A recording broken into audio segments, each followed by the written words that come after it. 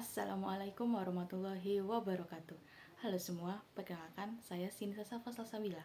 Tujuan membuat video ini adalah untuk memenuhi tugas UAS Etika Pemerintahan, yang dimana saya akan membahas topik yang sedang ramai dibincangkan dan sekarang-sekarang ini menjadi sorotan masyarakat, yaitu kasus korupsi besar yang melibatkan Harvey Moise, seorang terdakwa yang diduga merugikan negara hingga 300 triliun.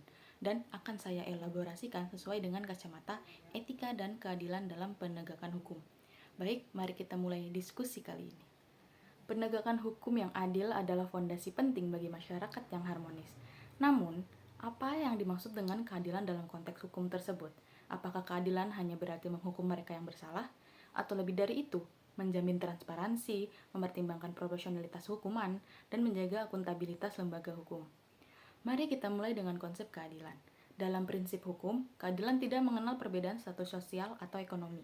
Setiap individu memiliki hak yang sama di hadapan hukum. Namun dalam praktiknya, keadilan seringkali dipengaruhi oleh berbagai faktor termasuk kekuasaan, politik, dan ketimbangan akses terhadap sistem hukum. Nah, kasus Harvey Moise ini menjadi contoh nyata. Hukuman yang dijatuhkan kepada Harvey Moise adalah penjara selama 6,5 tahun dan denda 1 miliar. Dengan kerugian negara mencapai 300 triliun tersebut, banyak pihak mempertanyakan, apakah hukuman ini sebanding dengan dampak dari tindakannya tersebut? Selain keadilan, ada prinsip proporsionalitas yang juga tidak kalah penting. Proporsionalitas mengharuskan hukuman yang diberikan sesuai dengan beratnya pelanggaran. Dalam konteks kasus Harvey Moise ini, ada yang berpendapat bahwa sanksi yang dijatuhkan tidak cukup mencerminkan kerugian yang dialami negara. Jika hukuman terkesan terlalu ringan, hal ini dapat menciptakan persepsi bahwa tindak pidana korupsi di Indonesia ini tidak dianggap serius. Sebaliknya, hukuman yang terlalu berat juga dapat dianggap tidak adil, terutama jika tidak mempertimbangkan konteks atau motivasi tindakan yang sudah dilakukan tersebut. Selanjutnya ada transparansi. Mengapa transparansi itu begitu penting dalam penegakan hukum? Transparansi ini memastikan bahwa proses hukum dapat diawasi oleh masyarakat.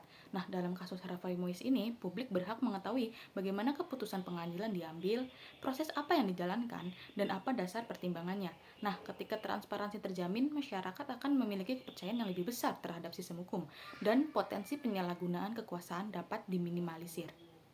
Yang terakhir dapat dilihat dari sisi akuntabilitas. Para penegak hukum mulai dari jaksa hingga hakim harus mampu mempertanggungjawabkan setiap keputusan yang diambil. Akuntabilitas bukan hanya soal menjelaskan hasil akhir, tetapi juga soal menunjukkan bahwa proses hukum dilakukan secara profesional dan independen. Nah, dalam kasus Harvey Moise ini penting untuk menjelaskan kepada masyarakat mengapa hukuman ini hanya sebatas 6,5 tahun saja, meskipun kerugian negara sangat besar hingga mengalami kerugian hingga 300 triliun.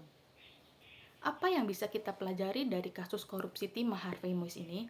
Pertama, pentingnya evaluasi terhadap sistem hukum kita untuk memastikan keadilan tidak hanya menjadi wacana, tetapi benar-benar dirasakan oleh masyarakat. Kedua, perlunya reformasi yang lebih mendalam, terutama dalam menciptakan mekanisme pengawasan yang efektif terhadap lembaga hukum.